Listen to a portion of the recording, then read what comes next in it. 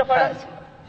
21 एक 21 21 दुने 21 त्रिक 21 चौक 21 पंचे 21 छक्का 21 साते 21 आठे 21 नऊ 21 दहा.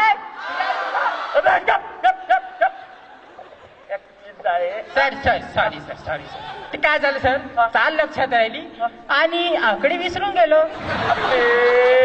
आकडे पाहिजे ना रे. आकडे बाप लागतो सर.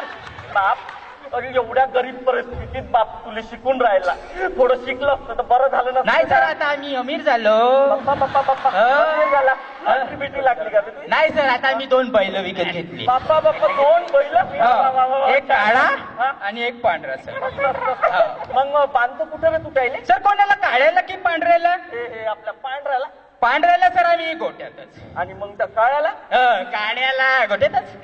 अरे हो का? मग त्याला खा प्यायला का देत? सर कोणाला काळ्याला की पांढऱ्याला? पांढऱ्याला. पांढऱ्याला सर आम्ही गवत. आणि मग त्या काळ्याला? काळ्याला ना काळ्याला गवतच. मग गुटा कुठे तुम्ही द्यायला? सर कोणाला काळ्याला की पांढऱ्याला? पांढऱ्याला. पांढऱ्याला सर आम्ही काय देतो का आठवते मला डायलॉग विसरले वाटते. आपण नदीवर दूध असते. हा नदीवर. आणि काळ्याले? त्याचे लई नाटक आहे सर. त्याले सर असं नदीवर बिलकुल नदीवर. बाप्पा जेव्हा 2 प्रश्नाची एकच उत्तर असताना तू वेगवेगळे कायले सांगत आहे बे? नाही सर काळा बैला माझा प्रिय बैल आहे सर. आणि मग तू पांढरा बैल? पांढरा बैल प्रियच आहे सर.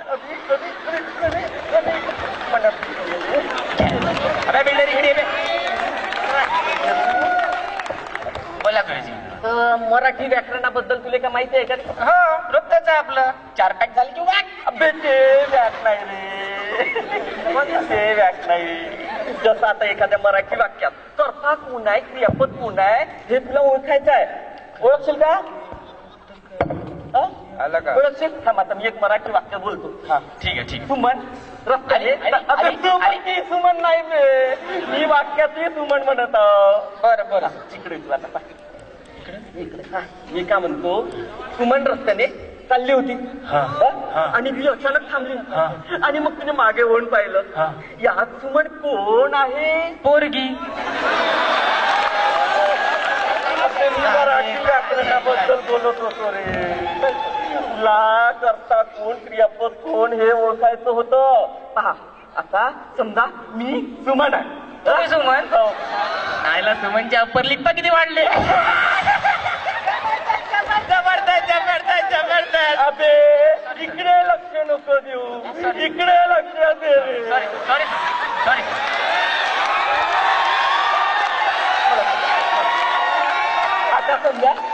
आता समजा मी सुमन आहे.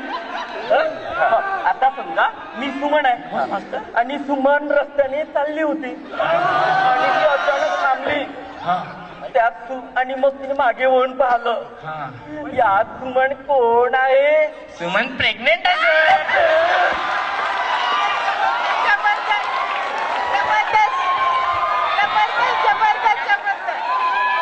कसं थांबली तुझ्या? समजा सुमन आहे. सुमन रस्त्याने चालली होती आणि ती अचानक थांबली आणि मग तिने मागे वळून पाहिलं.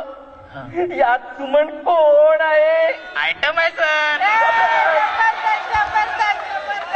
अरे सर मला सांगा एखाद्या चांगल्या गाची पायी अशी रस्त्याने चालताना गाच मागे ओढून बघेल का? बरोबर आहे सर. लॉजिक आहे ना गुरुजी. अबे या सुमन करता आहे. सुमन करता आहे मग मी तिला धरताय.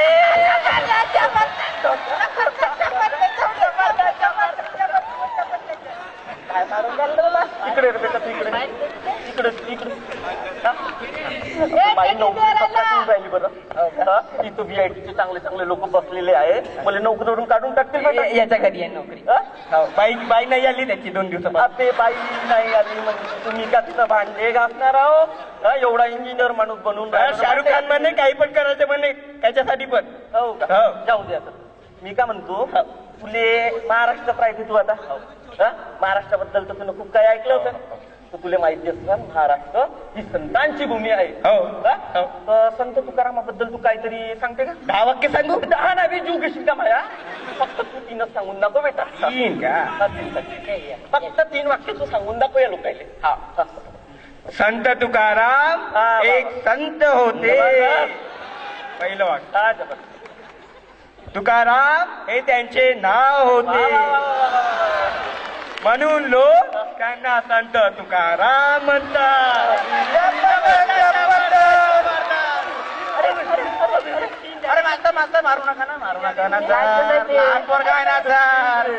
प्लीज रे मी तुम्हाला हात जोडतो रे. माझी नोकरी धोक्यातून राहिली रे.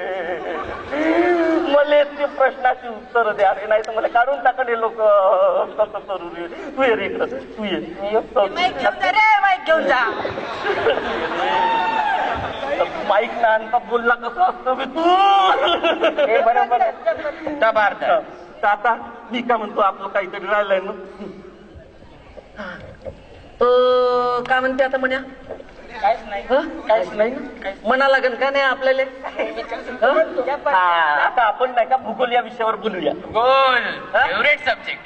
भूगोल आपला ग्राउंड गोल आहे का नाही बढिया? तसा तू भूगोल. आता भूगोल विषयी बोललो आपण तर तुला आता महाराष्ट्रातलं थंड हवेचं ठिकाण कोणतं आहे हे सांग बरं. माझं घर. अबे ते कसं का बे? माझ्या बाले लावला. अबे कसं नाही रे. एकदम असं कसं नॅचरली सांगत आहो. काय काय गुरुजी? महाराष्ट्रातलं थंड हवेचं ठिकाण महाबळेश्वर आहे.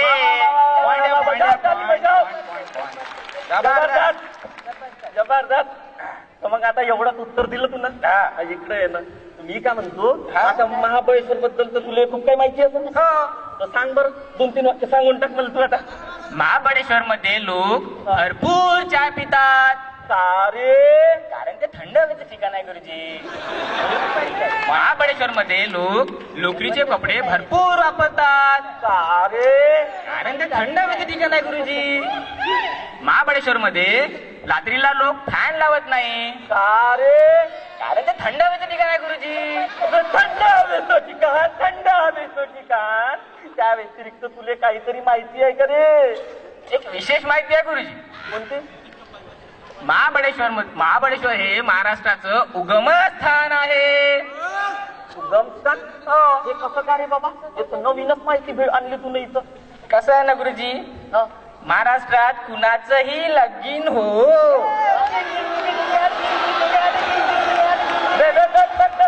काय झिंग झिंग झिंगाट म्हणते. इकडे शाळा भरली आहे का भरली आहे तुमची? तू सांग बेटा. का महाराष्ट्रात लगीन का काहीतरी म्हणत होता ना तू? महाराष्ट्रात कुणाचं बी लगीन हो. 90% जोडपी तिकडं जरी बोललं जातात. गुरुजी का माहितीये का? कारण ते थंड हवेचं ठिकाण.